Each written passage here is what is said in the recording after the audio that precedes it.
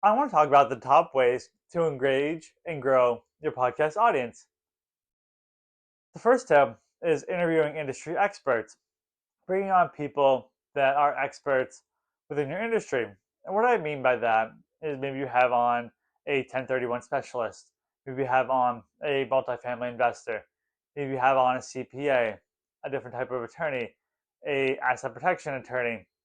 I find that bringing on industry experts, that's a way for you to engage your audience. They get to learn from that particular guest, and at the same time, they get to learn from the insight that you share by having that conversation with that guest on your show.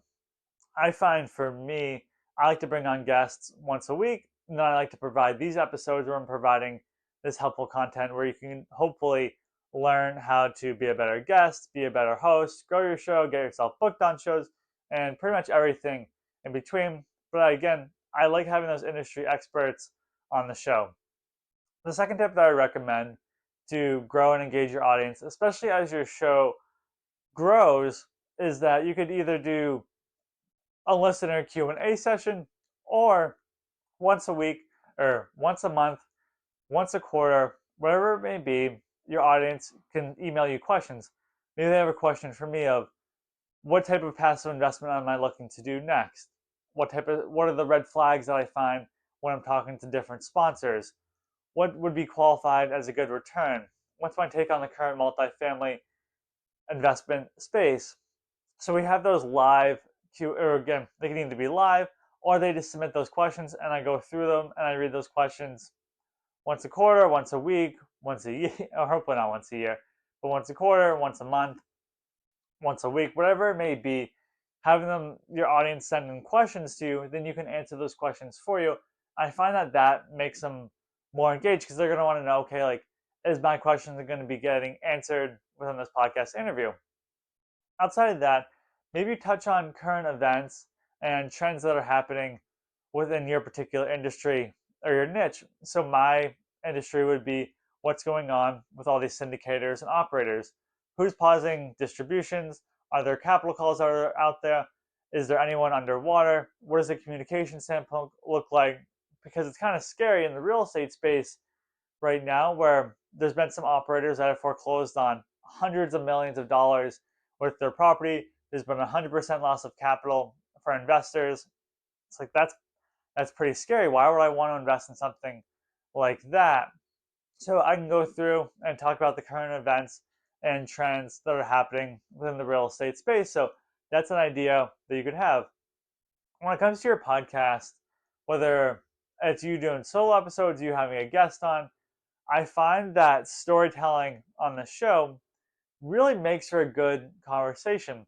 So if I'm talking to someone and I'm talking to them and saying, how do you vet your sponsors? And they go through and they talk about, I do X, Y, and Z. I'm like, oh, that's fascinating. I actually do X, Y, and Z. And on this particular instance, and this actually happens when I'm talking about it, and you probably heard it before, but I'm talking and like, yeah, I do background checks. And one time I found this individual where they had gone bankrupt a few years prior and hadn't even disclosed it to me when I asked them if there's anything that I should be aware of on their background check. And so I like to bring in that storytelling process, and it just becomes natural. It allows the audience to more resonate with what I'm talking about. So I like that storytelling aspect of it to really grow and engage my audience. Another aspect that I like to do every so often is collaborate with another podcaster. I go on their show, they come on my show, we cross promote each other. It just makes sense. Not that I want to do it all the time because I have another podcaster on my show, they listen to them, then they leave my show to go listen to them. Again, not that that's going to happen all the time, but if I'm only interviewing other podcast hosts, there's a potential for people to go check out that host, and then all of a sudden they have 10 different shows, and then it becomes overwhelming. But I do like to collaborate with other podcasters from time to time.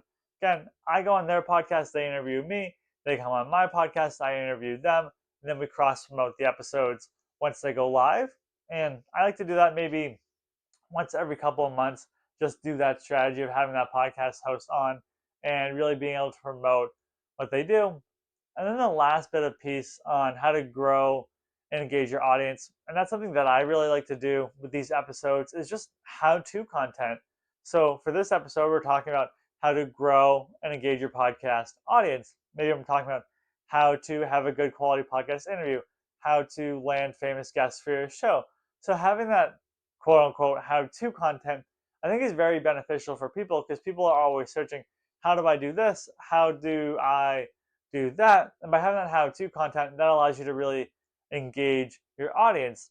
As an example, if I'm having a guest on, maybe I put in how to invest in affordable housing in 2024. So if you're someone that wants to invest in affordable housing in 2024, now you're going to know how to do it just based on exactly everything that I had gone over in the podcast interview. And I'm bringing that content out so that if someone is interested in investing in affordable housing in 2024, they're going to know what to look for, how to do it, everything that they should be looking for. But I hope this is helpful. And that's everything I wanted to go over on how to grow and engage your podcast audience.